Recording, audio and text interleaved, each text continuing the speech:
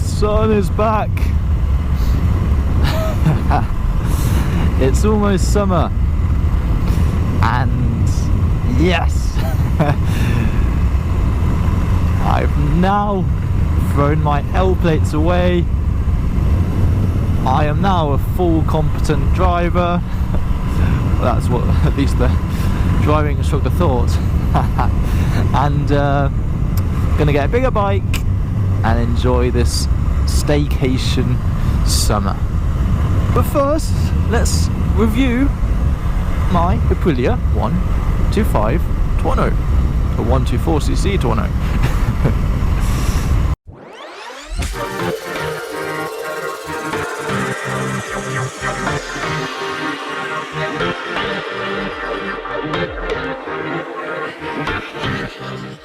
The Aprilia Tuono 125 model is a naked bike manufactured by Aprilia since 2017. It's equipped with a single-cylinder 4-stroke motor, and the engine produces a maximum peak output to 15 horsepower at 10,500 RPM. The Aprilia Tuono 125 shares a lot with the Aprilia RS 125. The main difference I would say is that with the Aprilia Tuono you're in a more upright position, which provides more comfort to the rider, but you do sacrifice a bit of steering, and especially with the stock tyres that come with the Aprilia, you do lose a bit of grip, but all in all it still handles well. The Aprilia Tuono 125 is a very high revving bike, and it has very little torque below 5,000 RPM. You ideally want to keep it at 7,000 to 8,000 RPM. Max speeds are around 75 miles per hour in a straight line, which is the equivalent of almost 120 kilometers per hour, but as I'll show in this video, it does take a long time to get up to speed. The Aprilia 125 does support a pillion. It has the pegs, so that a pillion can legally ride on it. I bought this bike second-hand, but a quick Google shows me that the current price for the 2021 model is 4,500, but as this bike's been around since 2017, there are some second-hand models on the market, and the lowest you can possibly find is £2,200. So with the Aprilia, you can actually remove the seat, and there is a bit of under-seat space, but not much. You could probably fit a beanie hat, is what I used to do, and that's about it. And all in all, the bike has a 14.5 litre tank.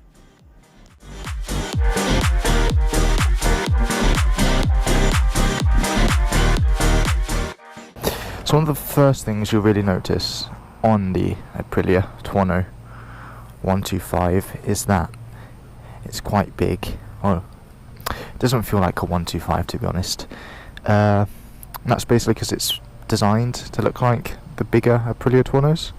I mean, right now there's no L plates on. I've taken them off. I've now got my full license, so it doesn't really look like a 125. I mean, I'll just get off so you can see. It is pretty big when you look at it from the side. I mean, yeah. The only thing that really gives it away is it's 125 there. But yeah. So that's probably one of the first things you notice about this bike, is that it's actually quite big. So it doesn't really feel like a small 125 bike. It only feels like it when you're actually driving it. But yeah, so let's show you the display really. Okay, so there you go. Goes up to 13,000 RPM. This bike is, well, it does go up quite higher in revs. So normally when I'm at 70 on the motorway, on the dual carriageway, it's probably at 9,000, 10,000. So it does get quite high. It's quite noisy. But yeah, so as you see, I don't know if you can really see, speedometer, it's digital, miles per hour. It tells you the heat of the engine, so right now it's on 2 bars. This is the total mileage, so 2,867. There are 2 buttons here. So there you go, my trips, how many miles the max it will do before it needs refueling, so 76. But yeah, what this motorbike doesn't have, and which is quite annoying, is that it doesn't tell you what gear you're in, and it doesn't tell you really how much fuel you have. You actually have to go down to, where is it, max 76. I mean, that's not something you can really do whilst you're driving, so you have to pull over, so it's not the best. But yeah, then it's got ABS. I mean, the lights are on, dip beam light, indicator, it's in neutral. This, it will pop up red, basically. That's when I refuel it, when it's prompting me to do it. But yeah, key goes in here, as they all do. Ignition. Yeah, I mean, I just can't really go over. There's no special buttons on this motorbike that's different than any others.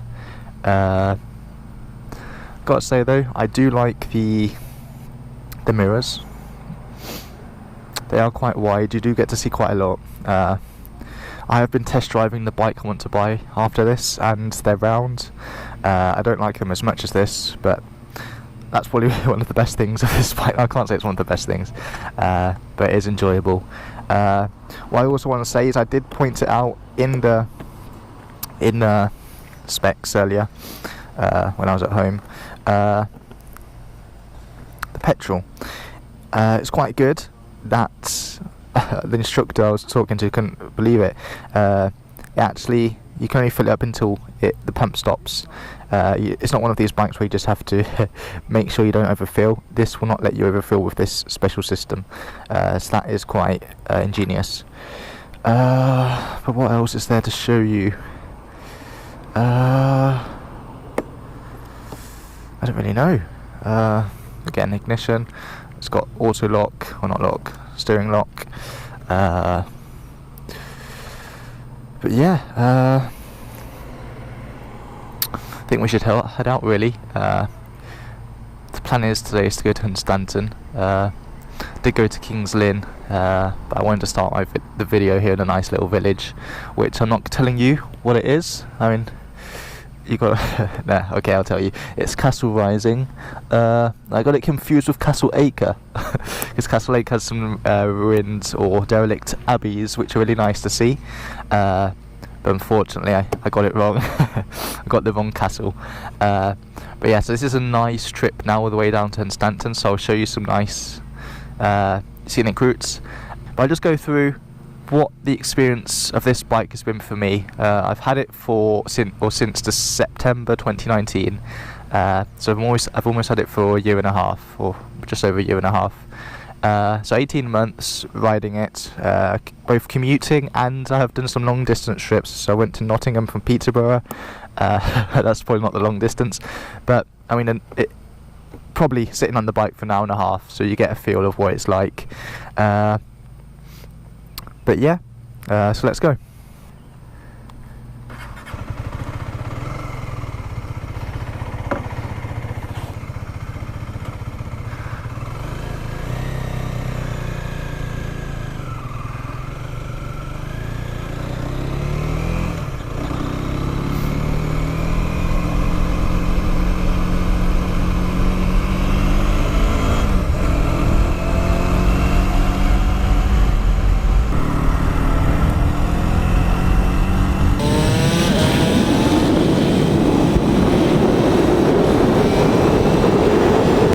To 60, you just saw it.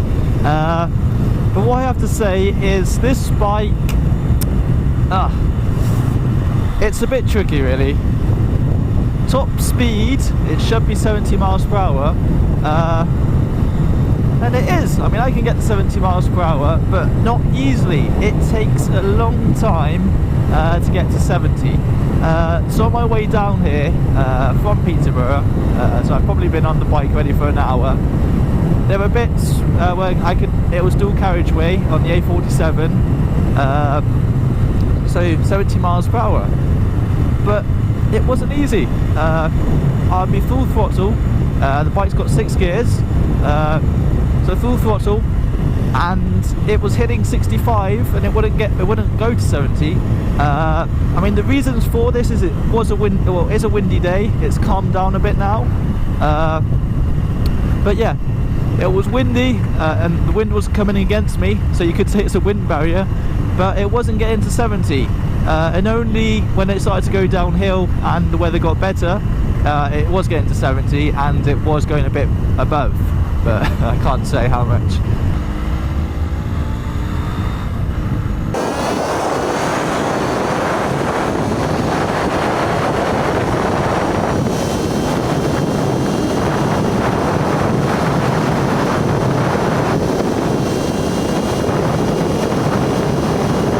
But yeah,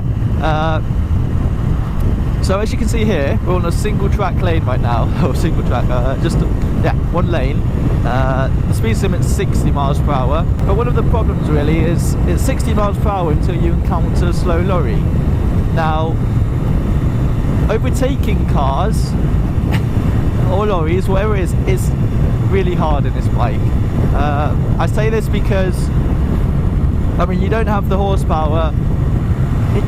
It just takes a long time. Oh, sorry. It just takes a long time to get up to speed. So there's been times where I've tried to overtake a lorry. I mean, it's clear the opposite way, but it just takes longer than you would actually feel safe doing an overtake. So it's not the best in that sense. But I mean, hey, probably this isn't the bike to go round country lanes. This is more of a commuter bike, I would say, because in town it's really good. So one thing I do have to say for it, which is, hey, it's got 6 gears and it hasn't got much torque, but 0 to 30, yeah, that is it's a beast.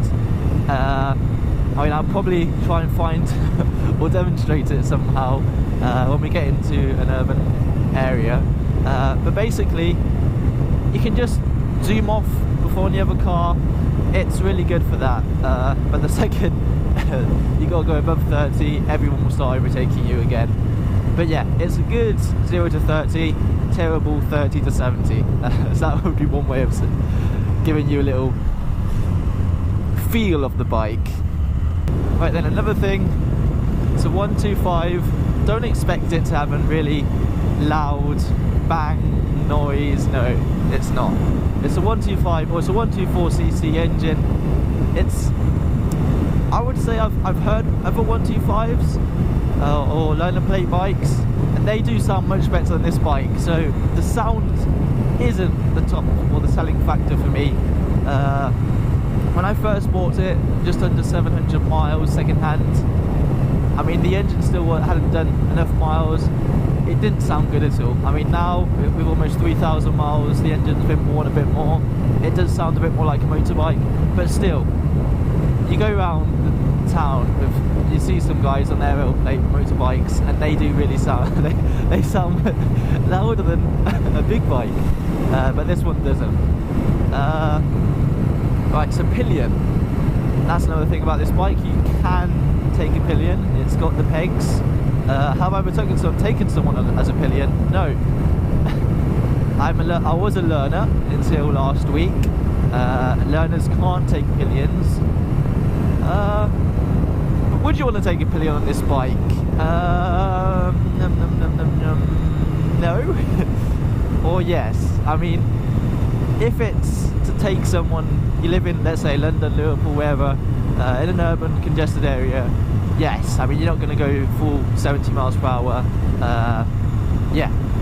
But why I say you don't really want to take a pillion is if it's like me right now, you're going long distance on an hour or 60-mile journey.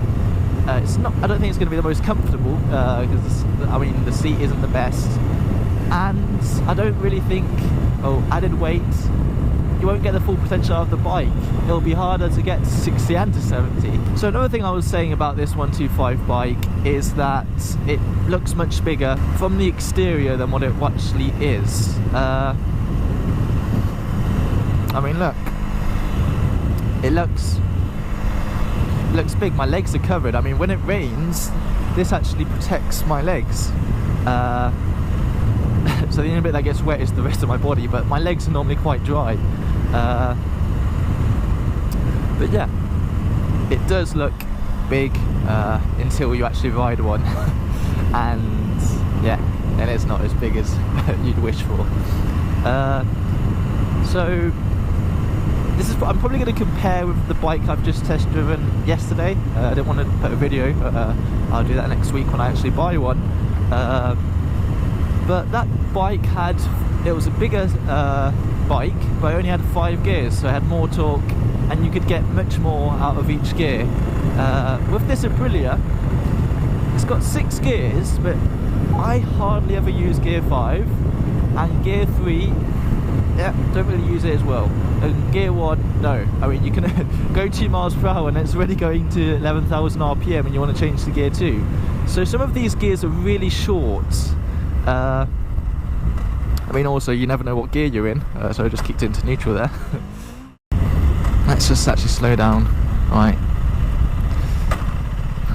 There's no one coming. Right then. Actually, there is. I can't do it. Gear 2. Gear 3, gear 4,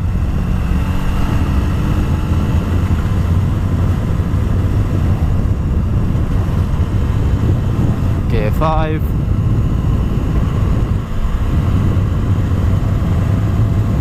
gear 6. So, I mean, I'm going back down gears now. So gear 4 is probably the one you'd use the most in urban areas. It's gear 3, it's a bit useless really.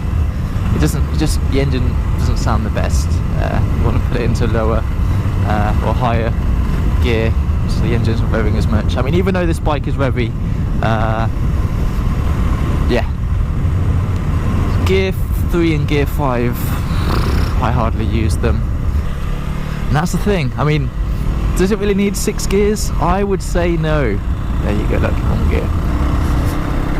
So there you go, this is what I mean about being in the wrong gear, coming out of a roundabout. I mean, I'm just going 30 right now, so just whack down the gear there, then I'll get some speed. But again, that only happens because I don't know what gear it is in, and I thought I kicked it to gear 2, but no. So yeah, I mean, what I'm saying right now is negatives, and yes, they are negatives. But I mean, hey, this is an honest review. It's been 18 months and I am actually really looking forward to changing my bike. I mean, I've loved having it for over 18 months, but I mean, I want a bigger bike. I want a bike that can actually deliver a bit more. But hey, for a starter bike, it's been great.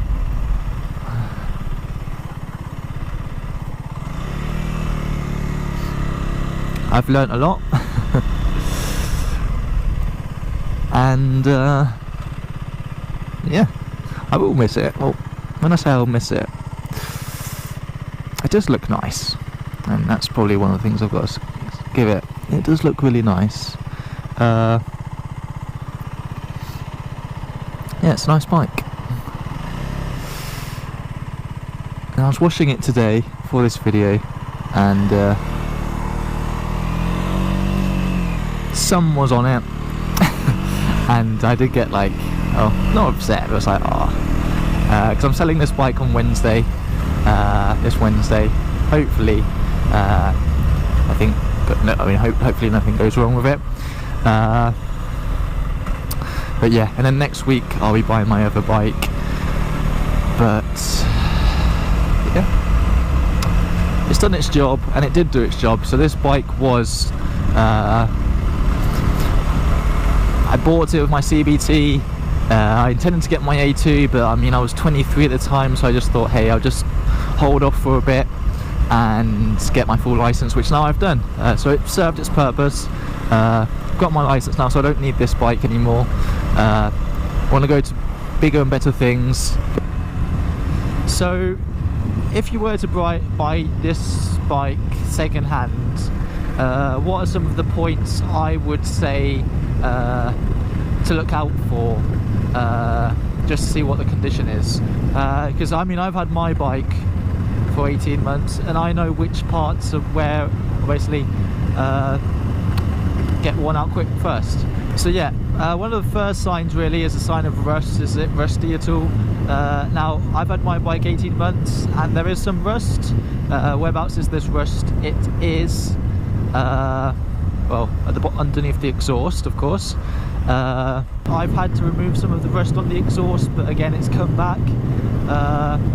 So yeah, if you just go on your knees and look under, you'll see it's rusty. I'll just provide a picture of what I mean. What else? So apart from rust, I mean, just make sure it's not fallen over. I mean, you can tell if the bike's been on the floor because there'll be scratches all along the points of contact with the road. So the handlebar, mirrors, pegs, where you put your feet. There might be bits of fairing that are scratched or rubbed off. But I would say probably the thing that I like, or I hate the most about the way I've maintained this bike is, well, it's not, I don't know. I saw another Aprilia Tuono 125 whilst this bike was getting serviced, and that bike didn't have it, but mine did. So the forks, front forks, they're basically painted in chrome, and mine started to flake. The other guys didn't. I think, yeah, no, his was a bit newer actually. His had a 2018 plate on. But yeah, I'll show you a picture of that as well, which isn't the best. Now this is something that my bike has a tiny bit of, but that other bike that I saw when I was getting mine serviced had a lot. And that is the fairings, they're stickers. Mine just has a tiny dot, where it's just, I don't know, a bit of stickers scratched off. I don't know how to say it really, because it's just like a little dot. But on the other guys, all on the right side, all the sticker was starting to like come off. Other things. Tyres, make sure there's tread on them. But they're all things that any bike should have. I'm just trying to focus on things that the Aprilia or I've suffered with.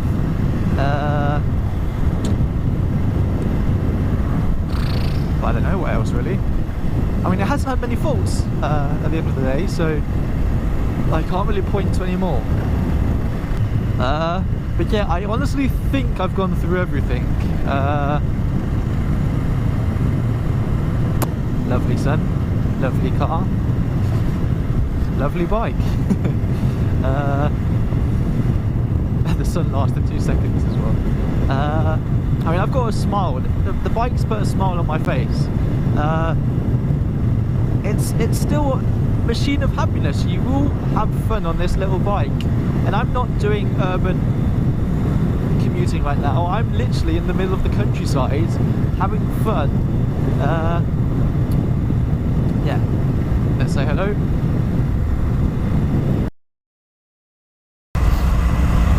So yeah, Hunstanton. So this is my childhood really, coming here as a boy to the arcades. Let's park my motorbike. This is the first time I'm doing this actually, it's going to be quite exciting. Parking my motorbike where the motorbike people park their bikes. It's quite interesting, quite fun.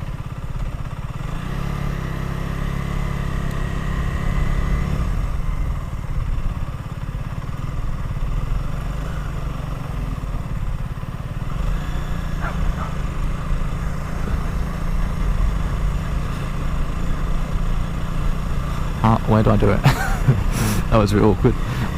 When did the road was closed? Right, let's try this again. That was pathetic.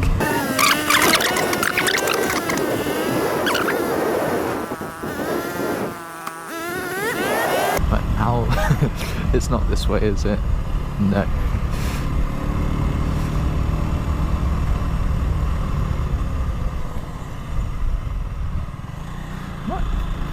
Giving you a good tour of Hunstanton, no? That's for sure. Oh, this is so awkward. How do I get down there? I want to go down there. Right, let's try this again.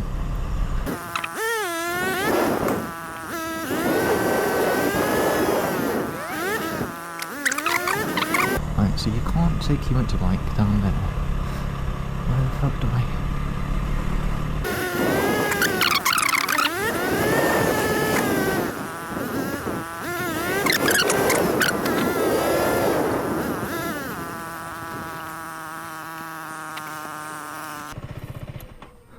Success.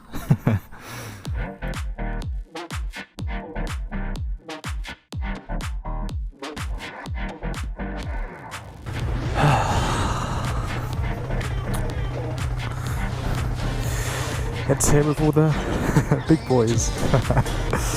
Right. That's me. Had my fish and chips.